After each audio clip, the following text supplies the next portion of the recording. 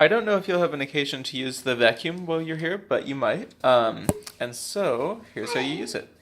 The vacuum actually plugs in here at the bottom, and the plug is in the room with the office. So you just bend it backwards, and it turns on, right, like that.